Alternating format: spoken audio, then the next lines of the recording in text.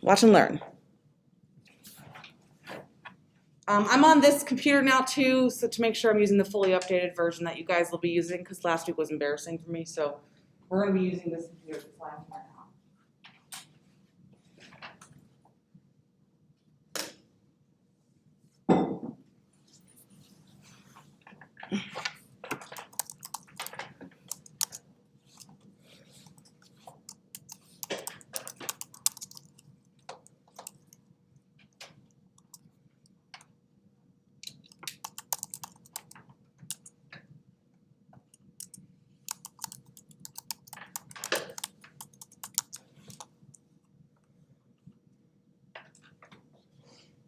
Okay, so here's a random picture I shoot. Sometimes when I'm in a situation and I'm out and about and I have my camera, I'll be like, well, this is a really easy picture to be able to, like, you know, easy on the eyes to use for a demo. And that's all that this is from.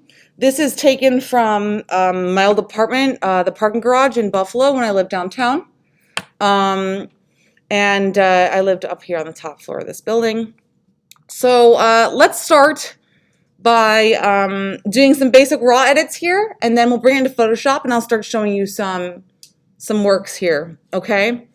When it comes to the basic, I'm actually pretty happy with all of this for a reason. It could be a little cool, warmer, but not that warm.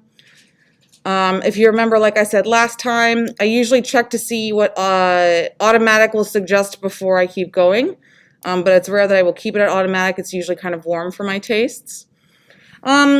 But I'm pretty happy with most of how this is shooting. I have some basic edits that I'm going to bring out that I would normally add, okay, just to make sure this looks nice and good, okay?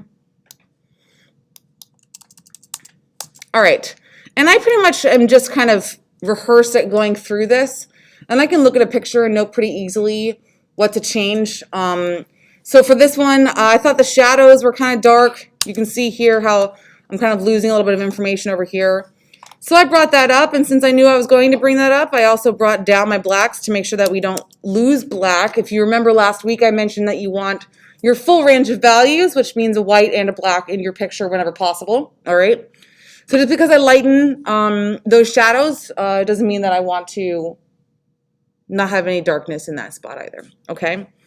But this is basically good for my basic edit. If you remember, I usually say I'm sharpening usually between 60 and 75, depending on what the picture is, as well as how nice my camera is, okay? My color mixer, I don't have too much to complain with here because I do think it's a pretty nice picture. I usually always bring my blues up a little bit. I think that the reds should make sure that they're on the orange side and not on the pink side, right? Just like random things that I know that I automatically like to do when I'm looking at my picture. I'm bringing out the bricks a little bit. All right, so I'm still getting pretty happy with this. We have a nice blue, we have a nice yellow, we have a nice orange, right? So we're kind of working with complementary colors, which is automatically a way in, right? So I'll close that for now too. Optics.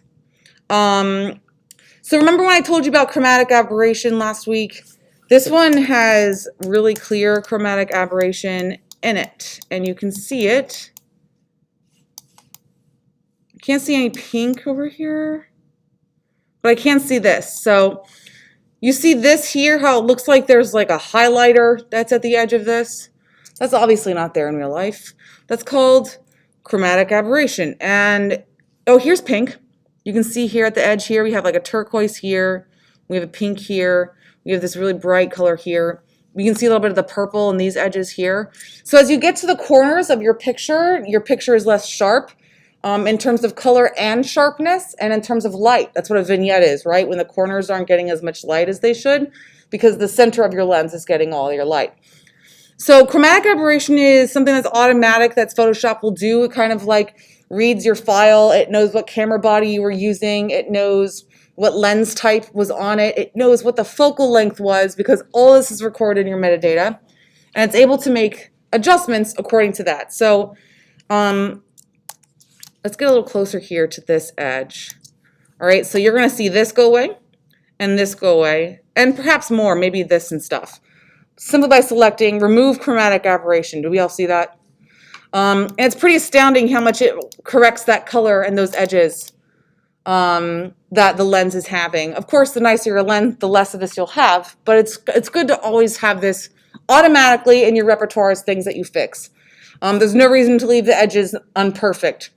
Another way that you would, of course, be changing the edges would be by making sure there is not a vignette and to make sure that it's straight.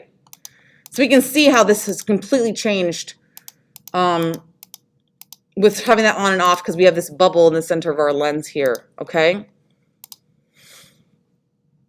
You can see here, it knows exactly what my lens is. It knows what the Canon body was, right? It knows exactly what all of these file types are, like I mentioned. And all I did was use this drop-down menu right here.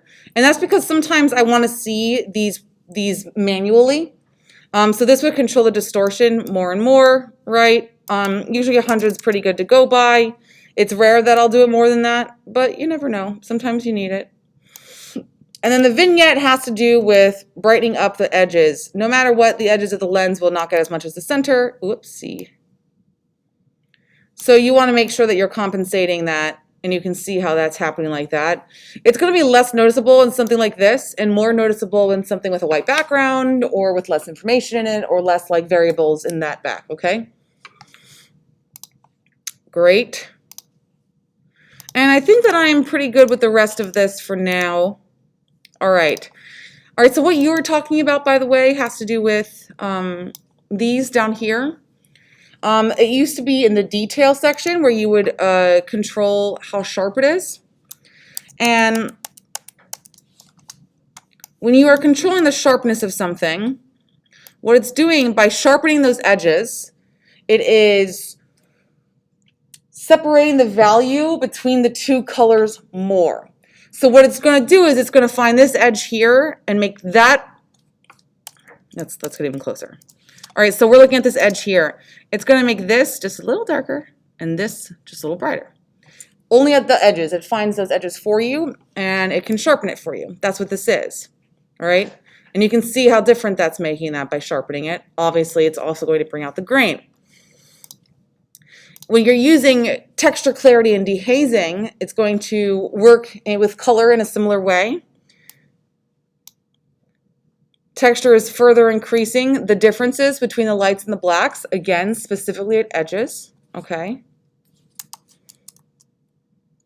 Clarity also will do that, and this is what you were asking me specifically about, I believe, is how those edges kind of spread out. The darks become darker for a wider edge. The whites become whiter for a wider edge. Does that make sense? So when you are sharpening something and you have an edge like this, okay, normally it's just going to look at the pixels right in here. And it's going to know that, we'll say that this is white and this is black, all right? Or we'll even just say that this is red and this edge itself where the shadow is black. And what's going to happen is when you increase those particular settings, this edge here will become bigger, right? And so it's going to make that edit more extreme, all right? It used to be called what's called radius. It had to do with how far your spread for sharpening goes. But that's not in this menu anymore, but that's what you're asking about. Specifically, I was talking about radius. And in Photoshop, I can show you more of that. All right. And dehazing is always good, especially if you're shooting outside in cloudy conditions. You can see how it's going to try to take away some of that white that might disrupt some of your image. It also makes it a lot darker. It's not something I use a lot of unless I've been shooting in fog or rain or snow or something like that. All right, so let's open this. Oh wait, I made a mistake. I want to go over one more thing with you guys. No, don't save. One thing I didn't really go over much last time that I want to go over more are these over here. We have a spot removal. It's something that's sometimes a little easier to use in Photoshop and not in the raw menu. But it is exactly what it is. This is like, you know, the dream team, right? How to get rid of blemishes on someone's face, blah, blah, blah, okay? But this one's only pretty good for general blemish removal. I think that the other one has more control sometimes, and I'll show you what this does. By the way, shortcut, right bracket, bigger, left bracket, smaller, right? Zoom in, Command plus. Zoom out, Command minus. See everything, Command 0. Okay? Very similar to probably a lot of the tasks that you have for other programs. All right, so I'm going to, oh, and if I zoom in, I'm using my space bar to give myself a hand so I can move it around. All right, and this applies to all Adobe products. So when I zoom into something, Command plus, I can use my space bar to move around the picture. Okie dokie. And let's start getting rid of some of these. So again, right bracket, larger, and it'll automatically reassort the pixels for you as the computer sees fit. If you ever think it's not doing a good job, you can, of course, move this around to select how it is changing those. That's a little better. All right. And you can see your little spots there that you picked. And of course, if you get out of this menu, it will go away.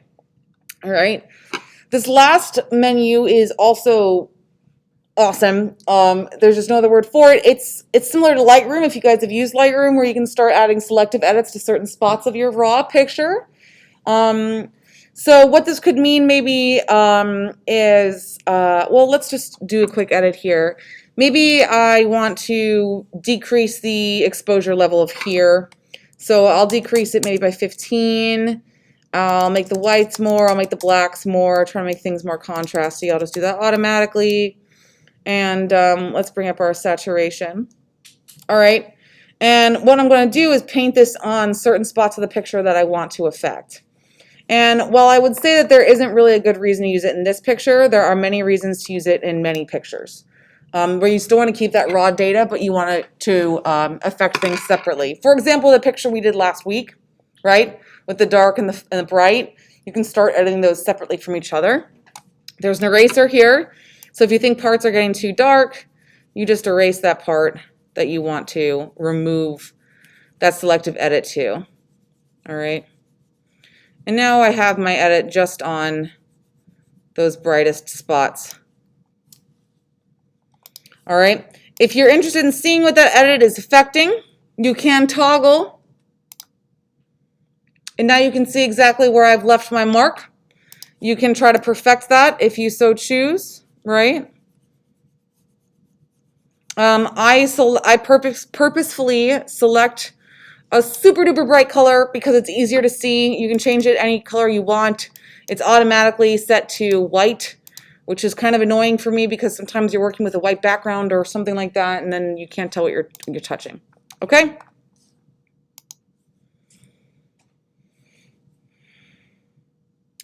So if you want to do it again, let's see, maybe we can make a new one, and I'll increase the exposure in a couple spots. Contrast is fine, whites is fine. Blacks I'll put to 0. Saturation I'm going to put to 0. All right, and then maybe these parts that I want to make a little brighter, I can start using the adjustment brush here. This is really great because it's still keeping the full integrity of the picture that you took without editing it. And one of the things that we're going to be going over in this class is what's called non-destructive editing. And a destructive edit means once you do it, you can't go back, right? As opposed to non-destructive, you can add on to it, you can remove it easily, and essentially starting over is not the end of the world because everything is separate from the picture itself, right? It's a difference between drawing directly over your photograph and making another layer to draw on that you can remove later, if that makes sense, okay? All right, so let's open this. Normally this would be where I'd stop if I'm doing large batch production. I would save it all in that menu. But now here we are in Photoshop, and let's learn a little more about it. I will always turn this off because you don't need it. You don't need this part. It's just a waste of your space. What is that called? Yeah, closing the tab group, you'll see that in the little dots over here. And this is called your workspace. And if for some reason you don't understand how your workspace is working, you can change it under workspace, all right? And this is how you can change it. They have like the essentials, the default option. Photography is not a bad option. If you start setting things like 3D or motion, you might be like, what's going on with my thought? Okay, so because it's just gonna look very different. But you can always reset your workspace. You can always go back to essentials to find your place. This becomes more of a problem maybe if you like don't log out of your computer and someone else used it and changed the settings or something. This is how you know to go back to it, okay? This is also how you'll find additional tools that aren't visible to you yet. Right now, the only one I want to turn on, I believe, would be your history. I always like having my history open. I like seeing what I've been doing. It gives me the chance to go back. We'll go over that. I prefer having info open. And while we won't go over this time, you will see why I like having that open. And lastly, I like having what's not on this.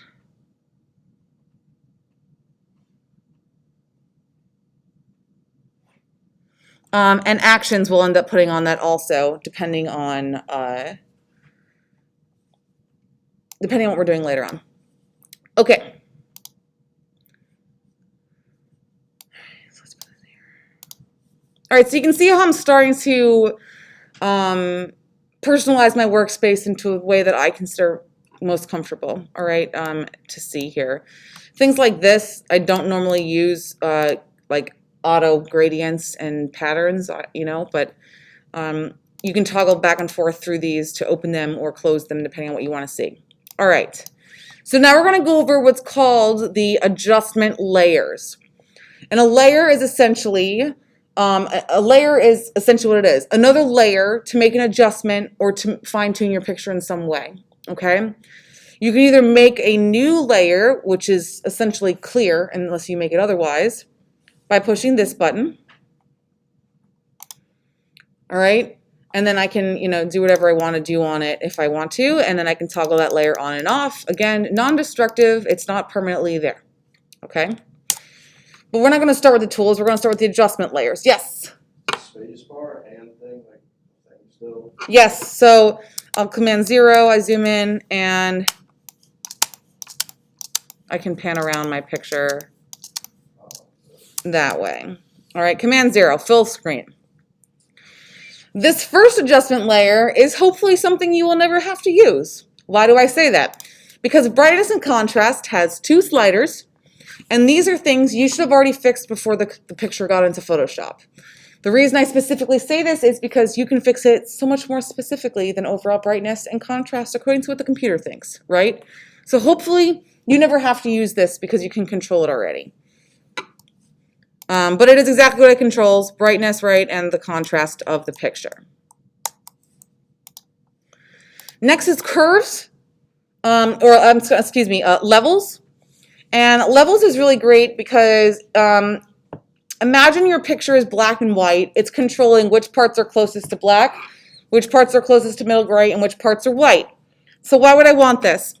Well, if I move this around, you'll see how it's controlling, right? Like now our white's in the center here of our grays instead of over here on the white side. But maybe I think there isn't enough white in the picture, so I can move it in just a little bit, and now we have this blown out spot. But maybe you want to do that, right? Maybe I feel like there isn't enough full black in the picture, and I can just move this slider over that way, right? And by turning it on and off, you can automatically see that increased contrast I manually added myself. Maybe you think that your middle grays are too bright or too dark, and this is a way that you would fix that, right? Hugely changing the picture without really changing a lot, right? By moving things around that way. There will be times you need this, and there will often be times you will never even use this at all, all right? It just depends on what your picture is of your edit. And now we're going to go over later in the semester very, very specific ways to white balance, and this will become more handy for you then, okay? Yeah, okay. All right. Next one, curves. This should be familiar to you because there's a curves layer in the raw menu that we went over last week. And this is how you can control, again, this side is black, this side is white, and this is what's called your histogram. This information in here is showing you how much is light gray, how much is dark gray, and how much is in the middle, right? This is your range of colors, and you can see that range of value, and you can see your distribution of value through this. All right, so this also can be referred to as an S-curve because you can make it an S. Easy enough, right? All right, so curves is really great, and curves is going to be, if you ever want to change your contrast, your brightness of your picture, I'm always going to be like, well, where's your curves layer?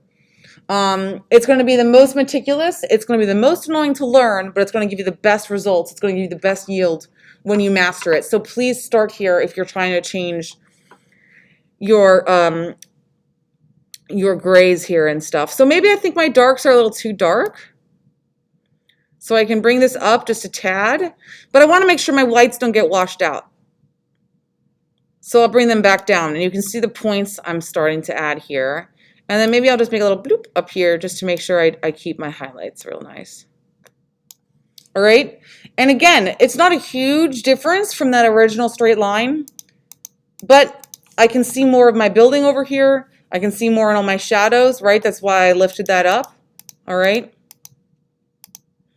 I think there's some parts where it's not as attractive. I think this looks better darker. I think that looks better darker. But be that as it may, we're going to keep things as they are right now, which is simple because this is going to be a long one. Okay, so curves layer, really awesome. Maybe you just think this has to be just a little less bright, but you want to make sure you have a full white, right? You can really like change a picture this way by moving these points around, all right? And you can add as many as you want also.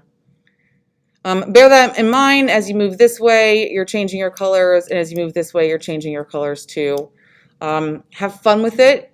When I ask you for your class assignment today, I'm going to ask you for one picture perfectly edited, right? The best you can make it with Photoshop, and I want one to just be wild. Like, please just play with with everything that I've shown you and just make something crazy, okay?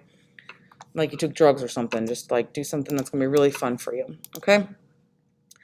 All right, exposure, I also am not going to even show you because this should already be helped, right? You should already have this prepared before it goes in here. As well as your vibrance, again, color selection. There's so many other color menus even in Photoshop if you somehow forgotten the raw menu that you hopefully will never use automatic settings with your vibrance and saturation, okay? Moving right along here is hue and saturation. This is where I would like for you to change your color, okay? And it's very similar to the color altering in the raw menu that we went over, right? We have our master here, which is going to control everything. But you can also control specifics from red, yellow, green, cyan, blue, and magenta to be able to control those colors even more. So maybe I'll go into cyan. I'll increase the color a little bit. It looks kind of blue. I don't really see much of a difference. Oh, I guess that building is considered cyan. All right, so I'll move that up just a tad. I think it looks, actually I really like that pop of color now. I think it's a little bright. I'm going to darken that just a tad also. And already you can see just simply by looking here, the difference in color in that building. All right, I'll go into blue. Again, I like to make sure my skies are nice and blue, a little like more blue than real sometimes. You can, of course, also control that, right, if you want to make it dreary for some reason. Okay. And maybe I'm just going to make my reds pop a little bit more in the brick. I think that's really nice. I do notice that by doing this edit, I can see this green wire even more, and I have not touched green. I've touched other colors around it. This may end up being something you need to take out of your picture later on because you think it's distracting, or something you really love and you want to zoom in on, right, is when you start seeing this kind of magic happen, all right? All right, and again, there's so many more layers to each of these layers, if you will, that we're going to go over the basics, and I'm going to complicate things for you a little bit more in the next tutorial and one after that. All right, next, color balancing. So when you color balance in the raw menu, it gives you two options, yellow, blue, magenta, green. And here's another option for us, which is cyan and red. And all I can suggest to you guys is to think of color balancing beyond yellow and blue, because there are other ways that you can affect it. And if you're just making things more yellow or more blue, you might not be affecting the proper color balance error that you have. Mostly magenta, I think, is hard for people to envision adding. But you'd be surprised how much it can fit something and make it just a little bit better. I'll toggle between these two. So you can see how there's kind of a green wash on my oranges and my yellows here. This building almost has a green tinge to it. And when I turn back on that, I would say my blue is bluer, my white is whiter, and these are a little bit less mucky looking, if we see that, okay? So again, please do not be afraid of using the color balance and to try extreme sometimes. You know, when I was first really learning and being really experimental with my edits, I'd make an extreme edit and I would change the opacity. So if you're ever going to make an extreme edit, like maybe you have like a wicked cool curves layer, but it's just making things too extreme, you just make the opacity down to 50% or something, and you can control how extreme that is. So sometimes, one of my really regular jobs before I moved here was scanning old film and restoring it. And often old film will lose contrast. It kind of bleaches out, right? And you lose a lot of your shadows and stuff. When it's bleaching out, it also has a tendency to turn pink or to turn yellow. So this has become a really great tool to try to repair a white balance error in film as time has like totally changed it. All right, so moving right along here, I feel like showing you the original one. You can see our eyeballs here. That means the layer is on or off, right? Easy enough. If I just hold my button and drag, I can turn on multiple, or of course I can toggle between the two. Just toggling between this is like a huge shift for me, right? You guys can see this, I hope, on the screen. Can you see it at all? No, not really, huh?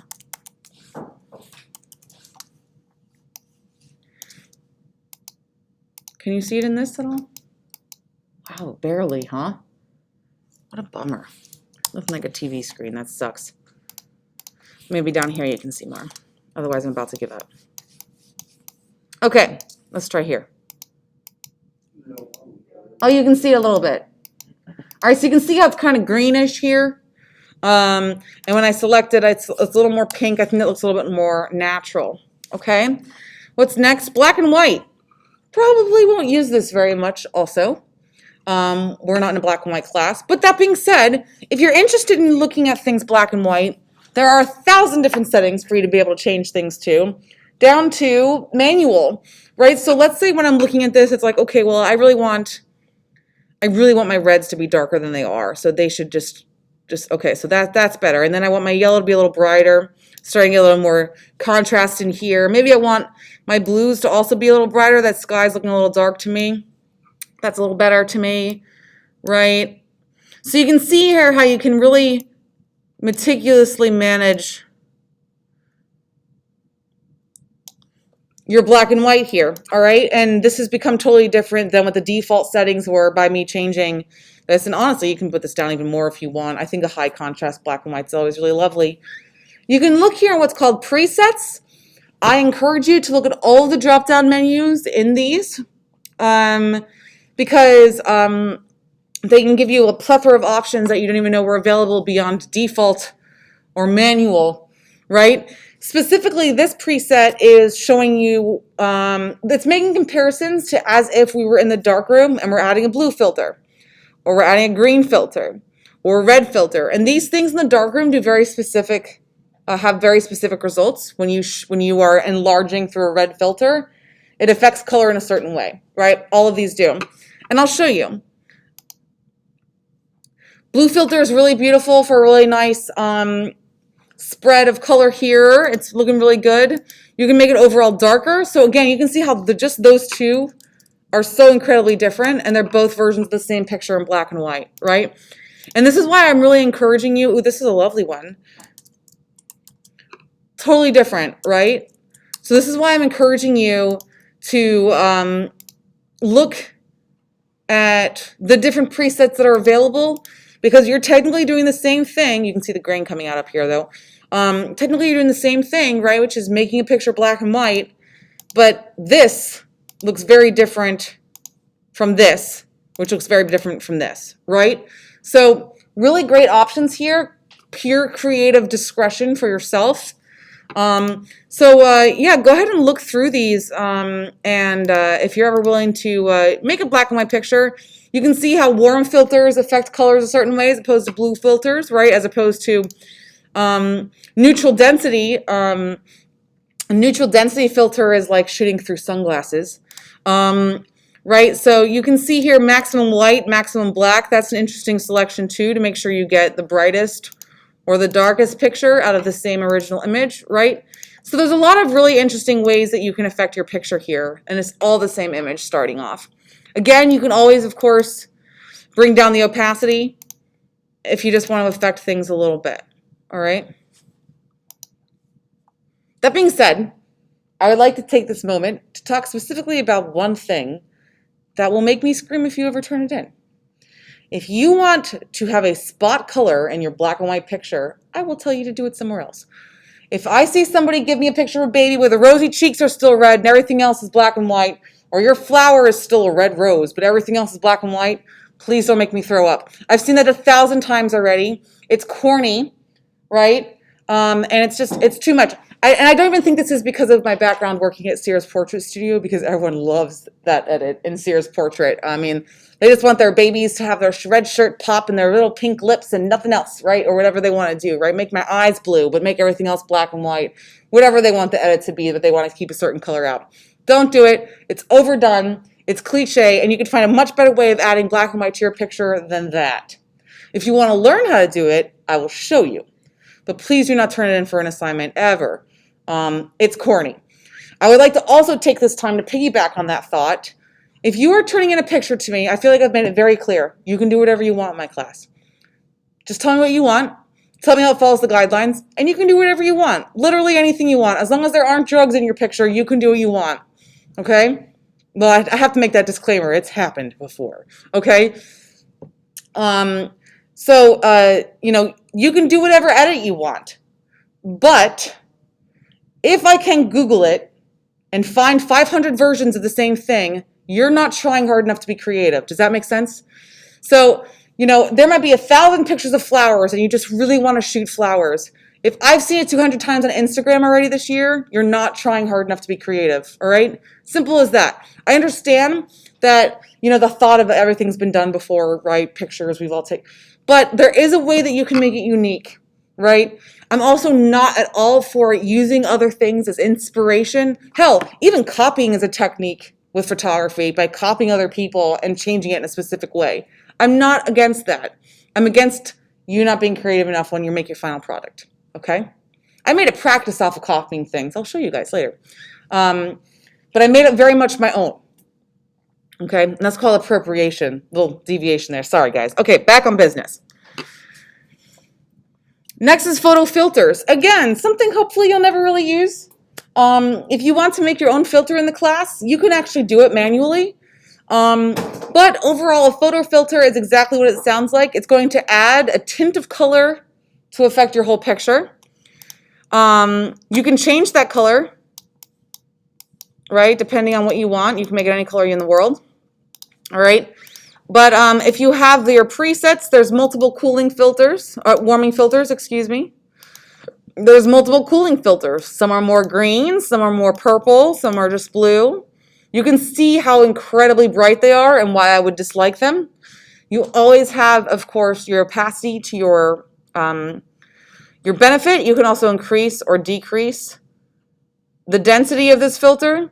But I'm telling you, if you start giving me something that looks like it came off of Instagram, I'm also going to be a grumpy mom, okay? I want you to try to think beyond social pictures here. If you like a filter on Instagram, think what about it that you like. Don't copy it.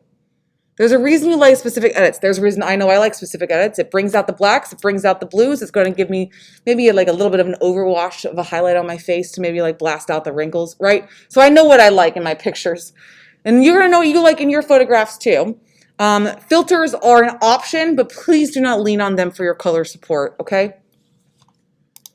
So yeah, there's 1,000 ones, right? I guess this is the underwater filter, right? So you can see how, like, again, my version of underwater will never be this color. So this is, again, why I would choose something manually and not an automatic option for this. Okay, we're going to skip that one. We're going to skip that one. Inverting is something you'll probably also will never use. It's exactly what it sounds like. It inverts the picture. If it's black and white, your blacks will become white, your white will become black. And if it's a color photograph, it's not only going to invert the color in terms of the color wheel, it also will invert the value, right? So our bright blue sky is going to become this weird mucky green color, right? This orangey green, weird yellow, right? It's like a dark, technically it's dark yellow. Right, we had this white building here, now it's black. We had this dark orange building, now it's light blue, right? So opposite on every level is an invert. You probably won't use them very much, to be honest. The only time I use invert is if I'm making negatives for myself to work in the darkroom, right? So probably something you'll never really use. But that being said, I asked you to do something crazy. You can play with this. And while I'm on that, I want to point out something briefly that I will go over more in depth another time. But you can see here how we've been messing around with this opacity at 100%, right? There's also this drop-down menu. And these are called blending modes. Again, I'm going to go over these way more specifically another time. But a blending mode is going to be your best friend in the future, because what it means is you can change how the layer on top is interacting with the layer on the bottom, the layers underneath it. So, for example, and I'll just go through these. What are we using right now? Invert. Let's see how it works with these. So you can see how by changing the setting that this is on, it's changing how they interact. I don't want to go over this more than that because they're fun. And even if I told you what each one did, you're not going to remember it today anyway, okay? But I do want you to pan through them. One of the ways I personally learned it is by going through each one. I can tell you automatically, this little grouping are to darken it. This little grouping is to lighten it. This grouping is a contrast grouping. And these in the bottom have to do with color. Okay? So you can see here how the interaction between these two are being affected. Okay? That was nice. Okay. So again, play with that. It's fun. All right? Again, I don't see why you would ever have to posterize a picture in my class. We're making pictures and not graphics, or I don't know, cool posters. If there's a reason you feel like you want to do this, maybe even on your own time, you're like trying to make a poster or something, or I don't know, an album cover, or when you might want to posterize something, or posterizing it, excuse me. You might want to use this. Levels has to do with how much the colors are split and how much you're given. But again, I think it's pretty rare that you would use this. Honestly, if you turned in a picture like this to me, it'd be like, the quality of your picture is terrible, right? There's something wrong. You have like grain in the sky and stuff. Like, that being said, I would like to reiterate something I feel like I say every week. This is not law, right? These are general guidelines for you to follow and break anytime you feel fit, right? When I say full creative license, I really mean it. All right, just because they say you should have a full white and black in a picture doesn't mean that's what appeals to you. You might want your picture to be really, really dark with the medium gray being the brightest that comes out, right? So again, general guidelines here, not law of photography. But also posterizing grosses me out. So, all right, threshold we're also going to keep, selective color we're going to keep, gradient map we're going to keep. Okay, so those are the adjustment layers we're going to go over so far. Essentially the top two rows. Okay, that's all we're going to go over for this part. Now we're going to focus our attention to the left side of our screen. All right, so we've gone over opacity, we've gone over our layer blending modes. We can see here how our layers are stacking on top of each other. I would like to point out that whatever is on top is affecting that which is underneath it. You'll start noticing this more maybe when maybe you're compositing and you're going to be like, why can't I get to my picture? It's because it's not on the top. It's because it's affecting what's underneath it, and I'll show you more about that. You can, of course, restructure them to see how certain things work. But again, you can see how it's changing things, right? So this invert, I moved underneath here. And now the black and white is happening after the inversion. The color balance is also happening after the inversion. So you can see how, well, you can't really see the color balance in the first place. I forgot. But you can see how the black and white has totally changed, how the inversion layer is being affected than when it's up here. Right? So bear in mind with your layers, and even more so if you find yourself doing an edit and you're like, I can't see what it's changing, it's because you're on the wrong one. Right? It's because you're not on a layer you can edit. I will show you more about this. All right? At this point, before I start using the tools, I do one thing always to start off with. It's duplicating my background. Why do I do this? It's because I never want to make an edit I can't go back on. Nothing is worse than editing your picture to the end and then being like, oh shit, I forgot something, and having to start over, right? So this is why I'm teaching you specifically non-destructive editing, because it is non-destructive. It is not making a permanent change to your picture, all right? One of the ways I do that is by always making sure that my original image is always there, untouched totally, as its own layer, the background layer. And then I'll start with this layer. One of the things I also do in my workflow, which again I will go over more, is renaming these. All right. This is going to be more helpful to you when you start doing more complicated edits, right? And you start having a bunch of layers together. I might have one layer called beautifying to remove marks, and I might have one layer that's color balancing, and I might have one layer that's curves, it's just for the shadows, and one layer that's curves just for the highlights, right? And so I want to be able to mark these. I want to know which is my beautifying layer, especially because that's when you can't go back on, and what have you. So I always title my layers, especially if I'm doing a large project that requires me to open. I like to see that I have the same layers in each picture when I'm done. That's how I know I did all of the edits to my whole package, right? So I often will rename them. I will also, so this one I showed you is called new layer, right? It's a new layer. You can see here that it is transparent. That's what this means here, is that it's transparent. There's nothing to see here. So new layer here, okay? And a group is the one to the left of that. And that's how you can start grouping things together. So when you're like me sometimes and you have like 36 layers on the side, you can start grouping things together, putting them in here and closing that up, and it kind of cleans things up for you. This is really good if you're doing a lot of touching up, where you maybe want a group for your figure, you want a group for your background, right? And you can start editing things individually of each other. Okay? All right. So the tools. Quickly, we're going to go over the tools. This top one here is your move tool. The move tool does exactly what it sounds like. It moves the picture. If you had another picture up, another tab open up here, this would be also how you would drag it onto that. And I'll show you that later. You can also see that this automatically has guides that are turned on. You can see how it's telling my picture is centered or aligned to the edges by having those guides snap on. Also, this is called snapping. You'll watch it. Ready? Watch. Snap. Okay. Snapping is when it goes to the edge because it's automatically seeing what the edge is. It's a feature you can turn off, but I would never really suggest that. Photoshop has a really great way to know if you're spacing all of your pictures apart the same. And it'll be like, well, this picture and this picture is spaced apart by 1.02 inches. So maybe this picture you also want 1.02 inches. This is going to become a pattern, right? Photoshop can recognize that and guide you through that. Those are called guides. You can also change the color of your guides if you want to, because maybe magenta is not your thing.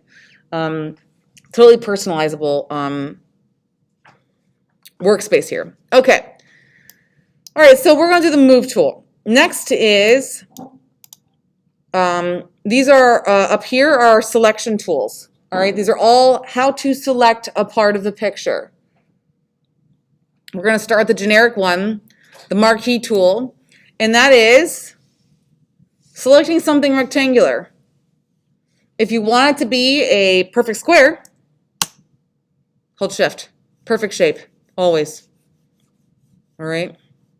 Otherwise, it's totally free form here, okay? You can see here these dotted lines that are moving. That bounding box these are called marching ants. Really specific title here for the bounding box, but that's what that's called. You can see the marching ants around our selection here. So let's say we make a selection. Now we can use our move tool and drag it around, right?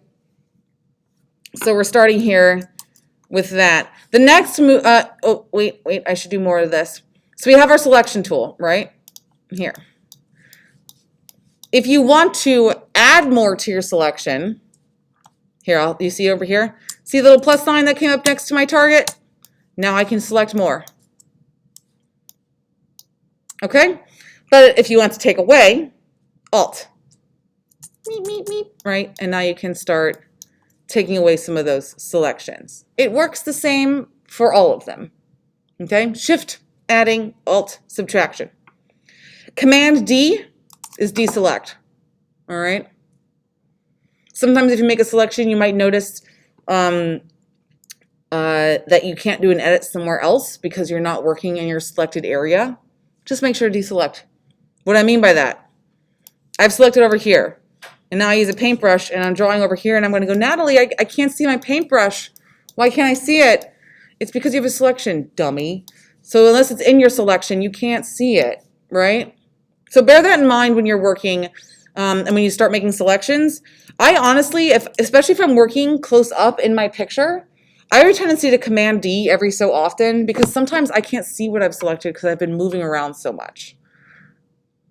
So I just make a tendency sometimes if I'm making an edit and I can't see it, it's like, oh, there's probably something selected still, and I'll just deselect that.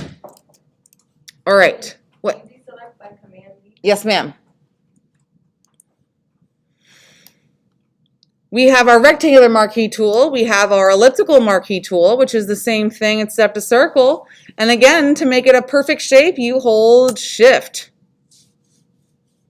Perfect shape. Probably not many times you'll be making a perfect circle in your picture, but if you want to know, now you do.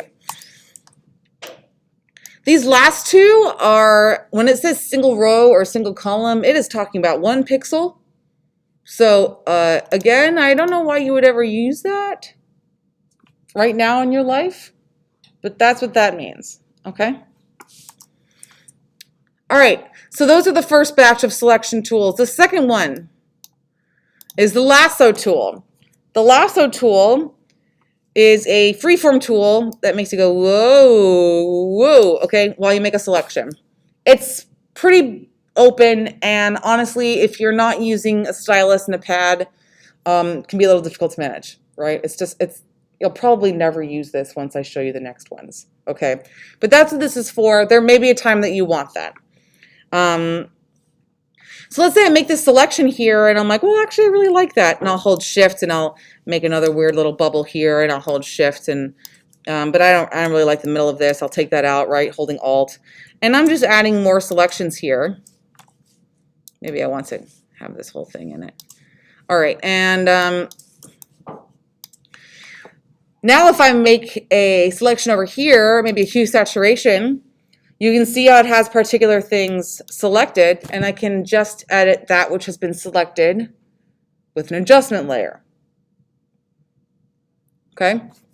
And let's say sometimes you might make a selection, let's say maybe to a person's face, and you don't want to reselect it 1,000 times every time you make a new edit, right? And so we can use the selected area here as our faces, right? And let's say maybe I want to control the light of that part, but I don't want to control it for everything. I just want to control those selected parts. So what I can do, you'll see that little arrow come up there, that little guy? Can you see that? A no would be good if you can't. Or yes, if you can, would be great. Can we see this? Okay. It's called a layer mask. And what that means is it's only going to affect that which is directly underneath it and not everything underneath it. Does that make sense? So I'll push this And now if I change, oh, I didn't do it. Okay. So it's changing everything right now. And if I toggle that, boop, now it's only changed my selected parts again. Right? So this is another really neat way to start layering your layers together and linking them together to have your layer make sense. I'm showing you a very general thing right now, but this will become extremely useful for you later on. Okay. So our lasso tool. The next one is our polygonal lasso tool. It is exactly what it sounds like, except you can make a selection by simply, right? You will see as the layer gets to the end, as your selection, you see that little circle that popped up? That means your line is closed. But often we're really lucky here, and when you're using this, you can just double click and it'll carry that out for you.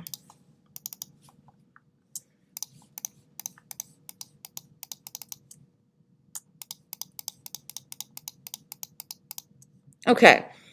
And again, if you want to be making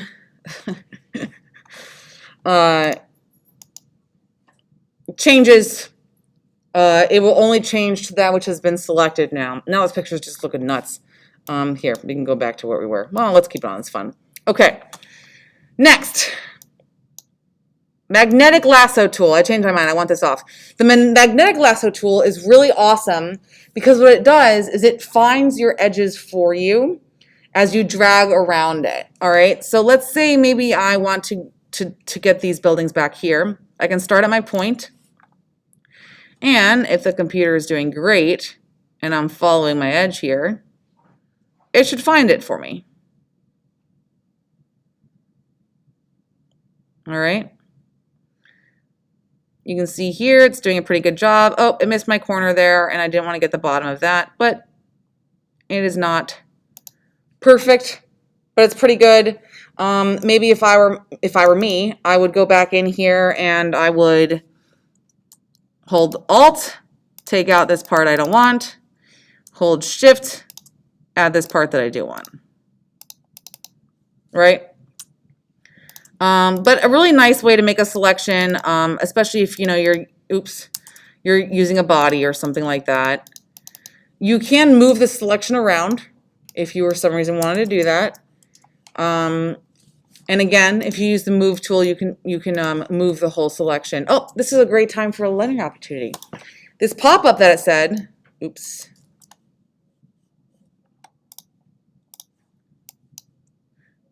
Oh, it didn't do it. Okay.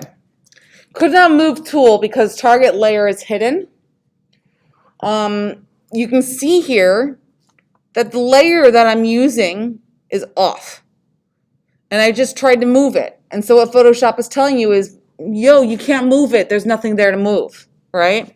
Make sure that your layer is not hidden. And that's sometimes how you can tell you're in the wrong layer. And like you saw me automatically go back to the right layer to move my things. Okay?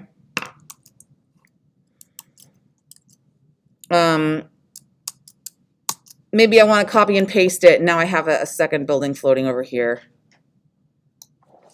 Okay, so maybe floating in the sky.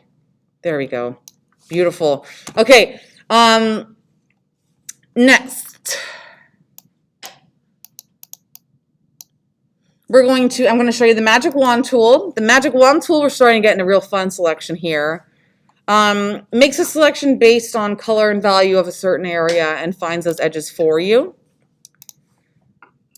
So I can use the Magic Wand tool to perhaps select this part of the building. It goes by color. You can see how it is not perfect. And I'm constantly pushing Shift to add more, but sometimes it's really great when you're trying to, for example, get the whole sky. That happened really fast, right? There are times when the Magic Wand tool will be your best friend, so please bear this one in mind. And lastly, when it comes to our selection tools, really, really great selection tool is the Quick Selection tool. This one you're going to use the most. This one you literally just drag, and it's going to select things based on color and value. It did that so quickly. Boop. It knows I want the sky. You can see here where it messed up a little bit in my selection.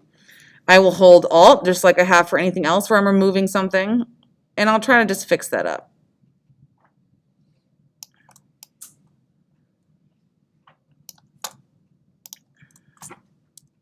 Left bracket, smaller. All right. Okay, so you can see here how that's kind of working out. Okay, so this is a pretty decent selection of the sky here. And whenever I make a selection, well, I do multiple things.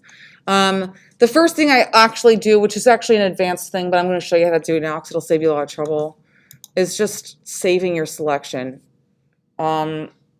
Then you're never going to have to select the same thing over and over again, which is really, really helpful depending on what you're doing. So let's say I'm editing a picture of a bride at her wedding, and I'm editing the background separate from her. I'm going to select her and make a saved selection just called figure. And now if I ever have to do an edit specifically on the bride, not in the background, I open that selection, right? So I can save this selection as sky. And now if I don't have that selected, but I'm like, well, actually, I really do want to work on the sky, you can load your selection. And there it is. So this is going to be really helpful for you when you're doing edits in separate parts of the picture. You don't want to re-edit it. You will find yourself not saving it, and then you're going to find yourself re-selecting the same thing and being like, I should listen to Natalie. So just try to get in the habit of making your workflow as simple as possible. Maybe I also want to make an edit, maybe just on this building here. So I'll just select this white spot, the white building, to my abilities. And I'm going fast, of course, because I'm not spending a ton of time on this. But if I were you, I would be, of course, going much slower. Okay, and I could perhaps save this selection as white building. Okay, and that's how I start trying to organize myself in case I need something to figure out later on. Okay, when I also make a selection, one of the things I always want to do is feather it. And this is because this is the difference between compositing something when it's very clearly compositive and when it looks natural. It looks natural because the edges aren't so sharp it doesn't look real, right? So often if I'm going to do an edit of any kind and I'm making a selection, I will often modify it in the selection drop-down menu, right, because we're working with selections, and I will feather it. 5 is a pretty good place to start unless your camera is really small. And now if I make a change, here I should have shown you the difference between the two. This is me opening my history so I can show, so we can see what I've done so far. You can go back in time, you can go forward in time. You can save the settings so that it saves more or less. I think that an average is 250 edits, but you can do more than that if you want to use up all your computer memory. It's there. All right, so I don't want to feather because I want to show you the difference. All right, so let's say I want to make the sky like super duper bright. It actually looks pretty good, so feathering isn't going to be a great example here.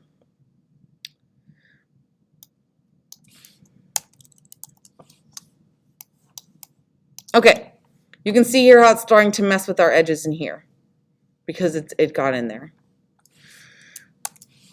So what I normally will do is feather it by 5, like I mentioned. And in this case, I'm also going to contract it by, we'll say 2.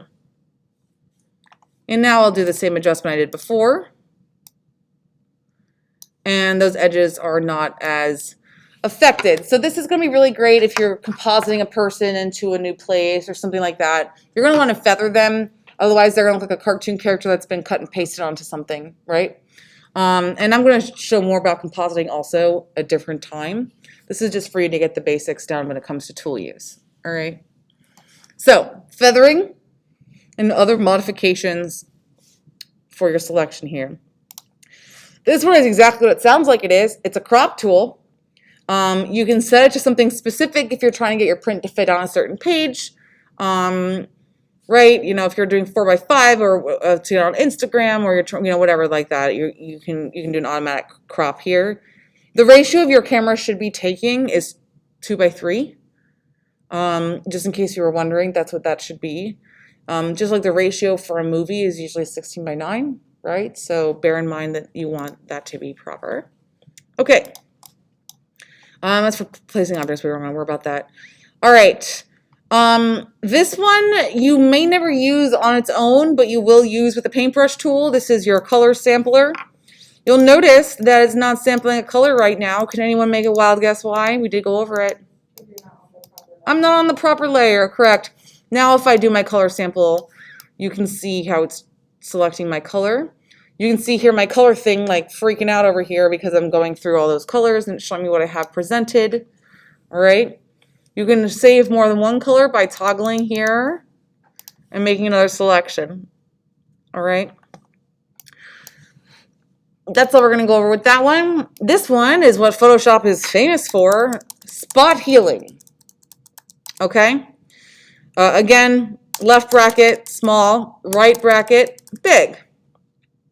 Spot healing is how we are going to get rid of marks in our picture on people's faces and what have you. Again, I'm using the space bar to move around my picture. There are there's three different main healing techniques that I'm going to show you right now. The first one's called spot healing. And what spot healing does is it means the computer will automatically pick for you what will be replaced there. So I can just click, click, click, and it's going to start removing spots that I have. We'll get that bottle off, right? It's doing a pretty great job at cleaning up the roof. If I do something like what I just did, sometimes it's not going to be correct, right? Photoshop does a really good job of measuring out pixels around what you're selecting and trying to follow along. But if you're trying to follow along a straight edge of something, you might not make it with the computer doing it for you. This means you have to do it yourself, right? So we can see here all this got all messed up right there because I went across that line here, and you can see how it's trying to compensate for me what that edit is, and it's not perfectly making that whole line there, right? It's an obvious change. So what I do is I move the next one down, is the healing brush tool as opposed to spot healing. And now I get to make that edit for myself. You do that by taking a target. You take a target by holding Alt. You'll see the target pop up, all right? So I know that the computer couldn't do this edit for myself, so I'm going to take a target selection. You can see it's showing me what my target is. And I'm going to align my edges and do this edit for myself, okay? You'll see here how that edge is kind of hard. And again, I'm going to want to feather that a little bit. Right, we're talking about feathering. We want to make sure that these edits also are not very apparent. Let's try again. Much better. Okay.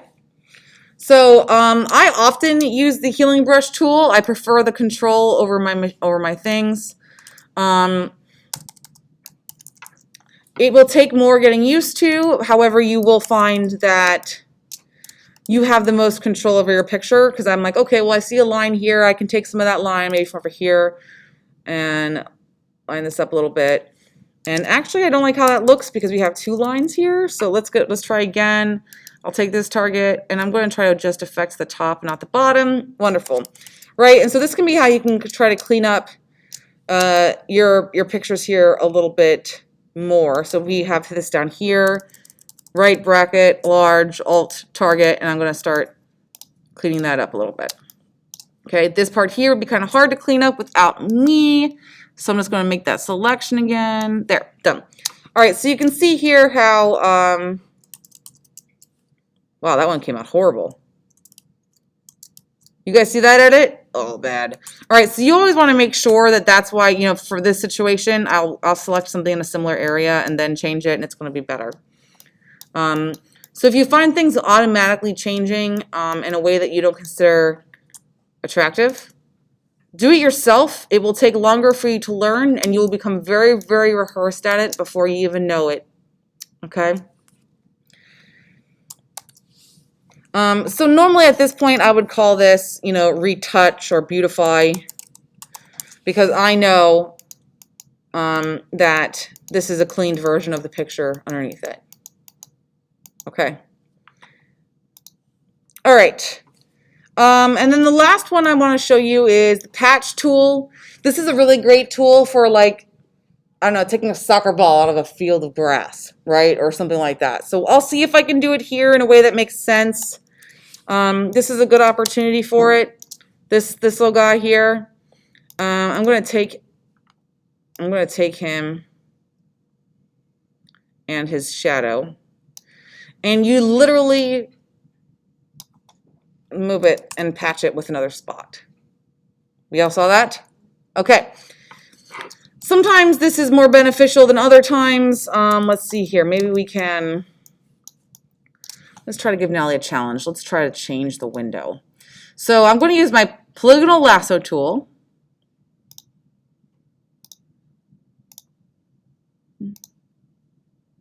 Let's see if I can do it. All right. To make this selection, now I'm going to use my patch tool, and I'm going to slide it to try to give myself a new window there. And it's going to do the best that it can to combine the two together. It's not replacing it. So you can see here how there's a little extra orange added in and what have you. If you want it to be replaced, you can. Well, that actually looks okay from far away. It's not great, but it's not bad. So again, we're going to be going back to this spot. What is this, a can of paint? Okay, so let's get rid of that. We have our spot healing brush tool, and I want to show you something else that's really great. So the mode right now is set to normal. Normal means we're taking the pixels in the place you're replacing and the pixels you're selecting to replace with, and we're smashing them together to make something new, right? This means they're going to try to follow the value. What I mean by this is, like, it's going to try to keep this part in shadow and keep this part less shadowed, right? It's going to read that, and it's going to be able to know that. It's not perfect, like I said, especially with lines, but that's what it's for. And normally it usually works pretty well, but sometimes you do have to use replace, which is then almost like a clone stamp, which some of you guys might be familiar with already, which is moving pixels from one place and replacing them in another spot. I happen to use it less, but there are times when you would need it. So like in this case, it probably won't look very good, because why would it? Okay, actually it worked fine in the shadow. It didn't work fine in the front here, all right? I'm going to use this to show you a tool that's not in order yet, but I do want to show it to you because this is a really great time for that, okay? So we're in the spot healing section. If you go down, 1, 2, 3, you'll see what looks like a paintbrush with an arrow on it. It's called the history brush tool. It lets you go back in time. This is why I have my history panel open, okay? You'll see if I open my history panel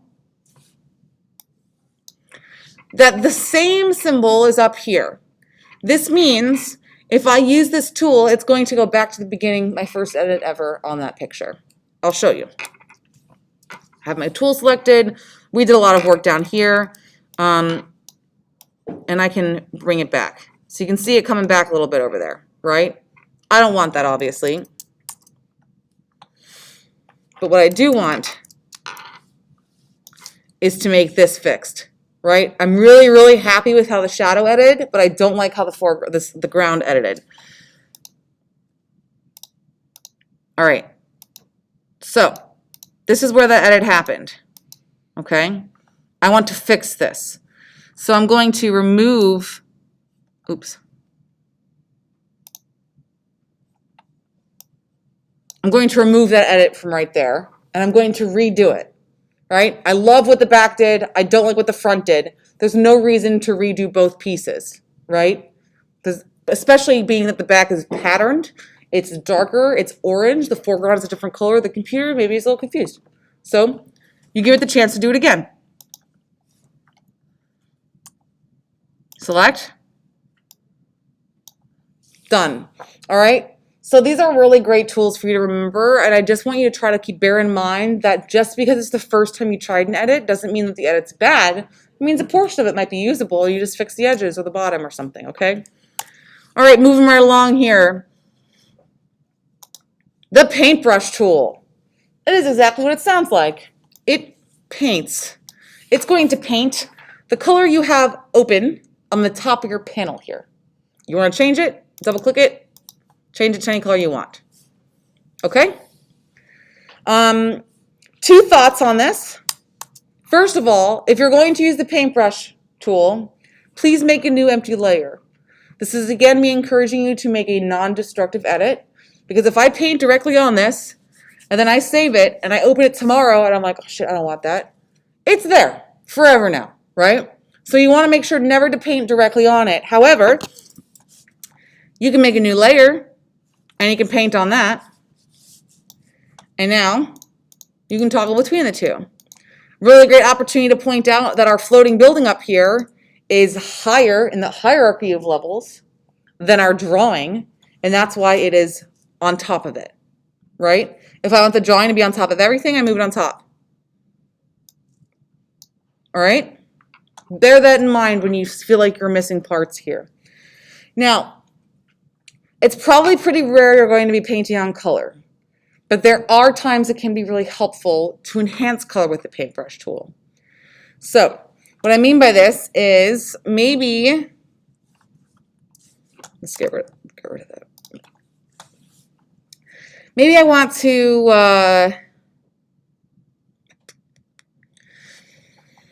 I'll make this a color, it doesn't matter. Okay, so I'll use blue as my color starter. This is gonna look so great.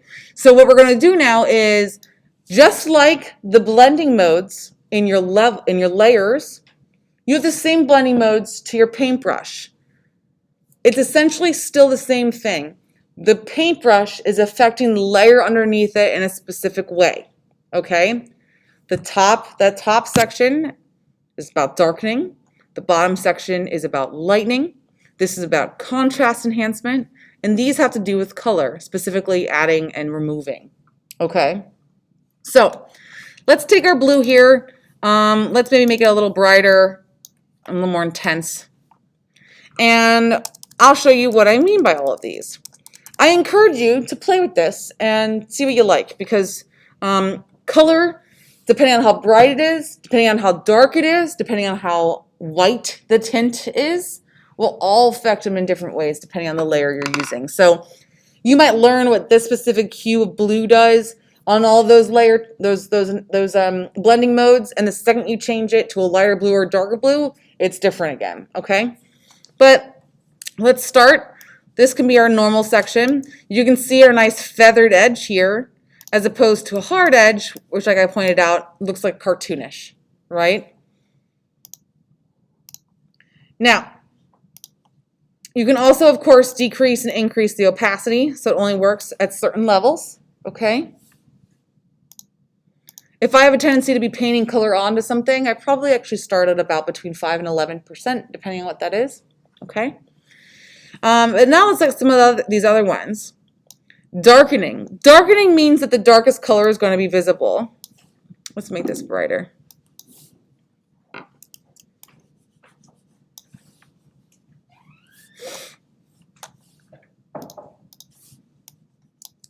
My apologies. All right. So here, it's darkening your picture. Or multiplying, excuse me. Here it's darkening it. Darkening it means it's going to make that darker with color specifically, okay? So you can see here how each of these affects color in a totally different way. And it all is based off of what your initial color was that you chose with. These are the lightening tools, right? So now you can see it being lightened.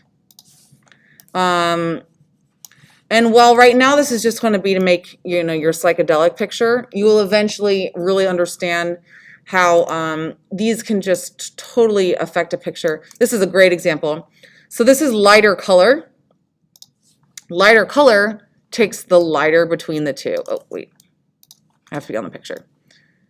So you can see here that since this blue is brighter than the shadows in the window, it's coloring them in. But since the white is brighter than the blue, it's lighter, the white is not being affected, right? But it's going to totally color in shadows because it's lighter than the shadows. Okay? So these are really great ways to experiment with pictures and how they're being affected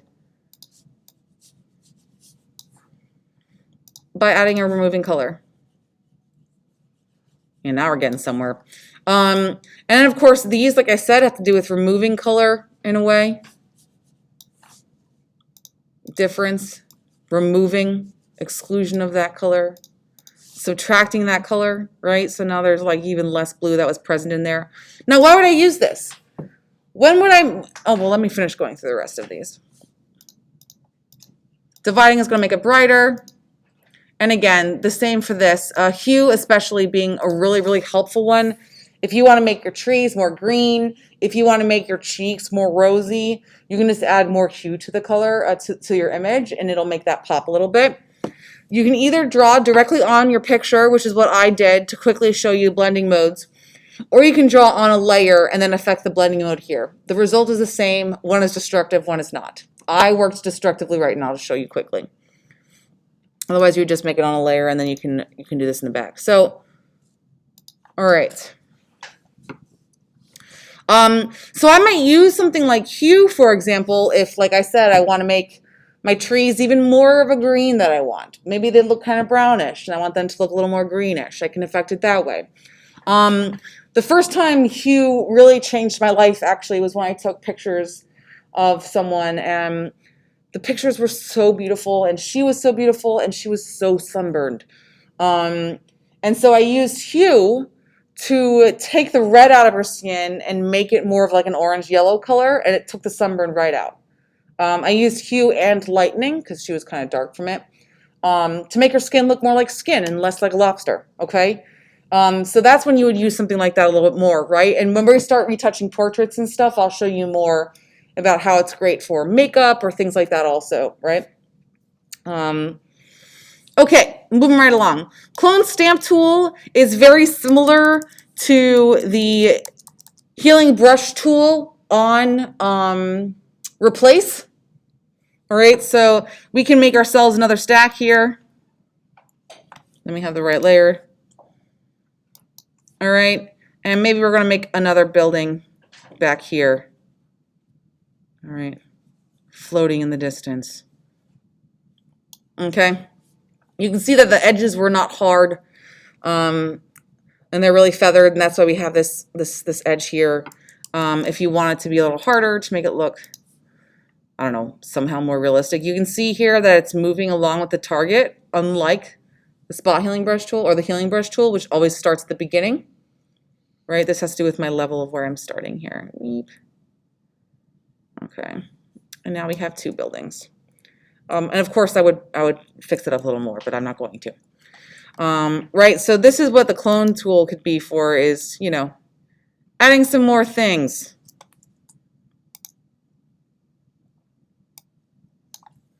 Okay. This one we already went over. This one is exactly what it sounds like. It's the eraser tool. It's to erase things. You know, there's not going to be too much to show here other than like we did this edit earlier and now I'm erasing that edit. It would also be visible if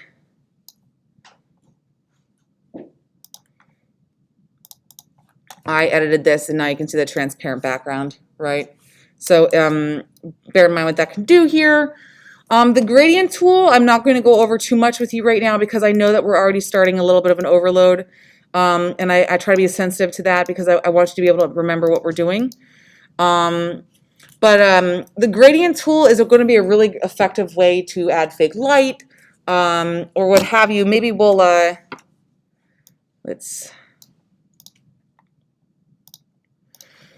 right, so maybe, what was I going to show? The gradient tool. Let's load our selection for the sky. I'll make another layer, and let's not have our building there though. Okay, let's try again. Sky. All right, so now we have our sky here, and maybe I want to add a gradient to it. You can see here the gradients already started with the two colors I have selected. And maybe I just want to make the gradient that's already here more visible, right? It's kind of lighter on the bottom and darker on the top. I can take my color picker tool, pick something down here, and pick something up here.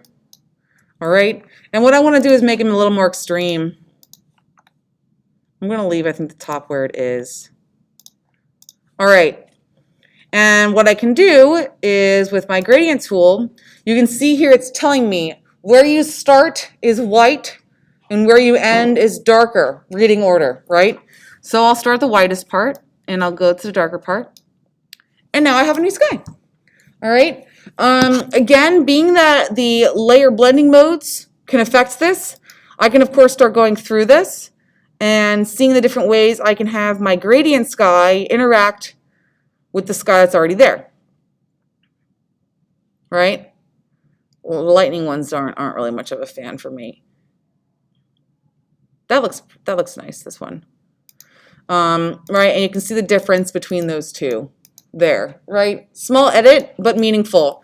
And I, of course, would go back and remove that part so it looks more natural, but you understand what I'm editing here. So the gradient can be really a great way to add light. People probably use it more often to like fake sunset or something like that, but it's a really great way to add artificial light into your picture later on, or a really graphic edit. Okay. How are we doing so far, guys? I'm almost done. I know this is brutal. I've been talking for 2 hours. All right. The next ones are going to be hopefully ones you don't really have to use, because why would you use a tool to sharpen something later on, right? Do it in RAW when it's going to be the most beautiful and the most beautifully rendered. As far as I'm concerned, these tools don't exist. The blur tool may sometimes be helpful for you, but I will show you a much better way to add blur to something next time using our filters. I can just show this to you now, actually. Yeah, okay. It's just the right one. All right, so you have I showed you before the selection drop-down menu. It has this really great option called inverse. It means essentially it's going to select everything other than what has been selected already, right? I'll show you. So now everything except for the sky is selected. You can see the marching ants on the opposite side of the page.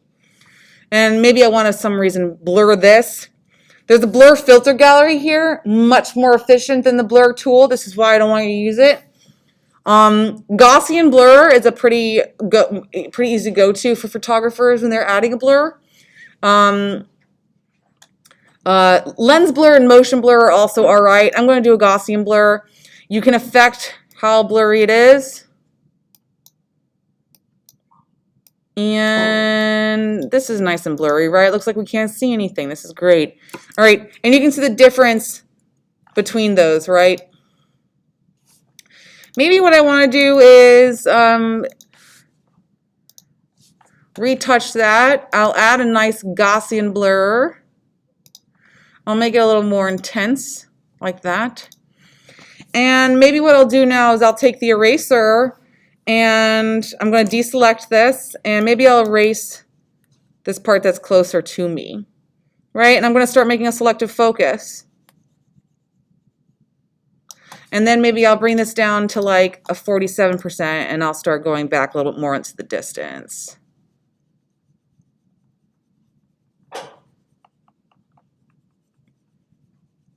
And I think I could use another layer of that, so let's go and do that again, just a little bit more here. Let's get this part closer to us. And now you can start really controlling what we're looking at here by pushing that blur, right? And now it looks like it's super in focus to us, but it looks like we have a really shallow depth of field, which you didn't have, right? Because you're controlling that blur here. You can see here in my little thumbnail, the parts of the image that I've erased a little bit, right? Because you can see that transparency underneath it. So my suggestion would be to look there for a blur, because there are 1,000 ways to make a beautiful blur, and the blur tool's not it, okay? All right, that one, okay. This one is called dodging and burning. Dodging and burning are tools that date back to film, people working in the darkroom. A burn is essentially burning your picture darker, right? When you're using more light in the darkroom, you burn it. And dodging it is the opposite. It's to make it brighter. So sometimes this might happen if there's like a part of the picture with film when you couldn't just do it in Photoshop, where maybe your background is too bright but your foreground is perfect, and you might want to dodge or burn that background. And it means essentially you try to mask out your picture a little bit, so just the background is being lit longer. What this means for us is that it's much easier, but dodging is to brighten something and burning is to make it darker. Bear in mind, if you burn something too much, it's going to start turning brown, and if you dodge, or black, and if you dodge something too much, it starts usually turning kind of yellowish, whitish, yellowish. But you have a lot of leeway before it gets to that point. So, you'll also notice a second ago, again, a little mistake troubleshooting here. If you see this sign here, it means you have a tool that's not able to be used on the layer you have selected. In this case, my layer is off, so I can't use it. All right. But maybe let's see, what do I have selected right now? My dodge tool. So maybe I want to, and you can control the highlights, the midtones, the shadows, what's being dodged here. 50% is wildly too bright usually. It's actually not too bad right now. Let's see what midtones looks like. I think 50% is too high to start with. I am definitely the kind of girl that starts small and adds up, then make too big of an edit and have to go back. So maybe I want to just bring up the midtones in this part a little bit here. And so I'm dodging those out.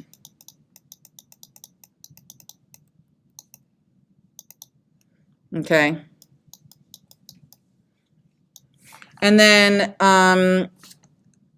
burning is the exact opposite. Burning has to do, and again, let's see if it looks like, it doesn't look, it's kind of extreme. I just think 50 is extreme. 2020 definitely has better renderings of this. But I might want to burn perhaps the depth in the windows a little bit more, right? So you can see why this would be a really, really nice feature to have. Maybe sometimes the top of your tree is too bright and you don't want to do a whole layer edit on everything. So you can just do it directly to the picture. You know, this is a little blown out to me, so I can bring in the shadows as much as possible to try to like make that pull back a little bit, right? Same with this part. I think that this is actually a little too blown out anyway. I'll do the highlights just a little bit so that this doesn't burn my eyes so much. Too much. I often work around 5 to 9% when I'm doing this kind of an edit because I'm always afraid of over editing it. All right. That's our dodge and burn tool. The last tool that I will possibly mention is the text tool, and I'm not even going to go over it because it does exactly what it does, right? You add text to your picture, which you probably won't be doing much of right now. Okay? This is where I'm going to end. There's so much more to show you,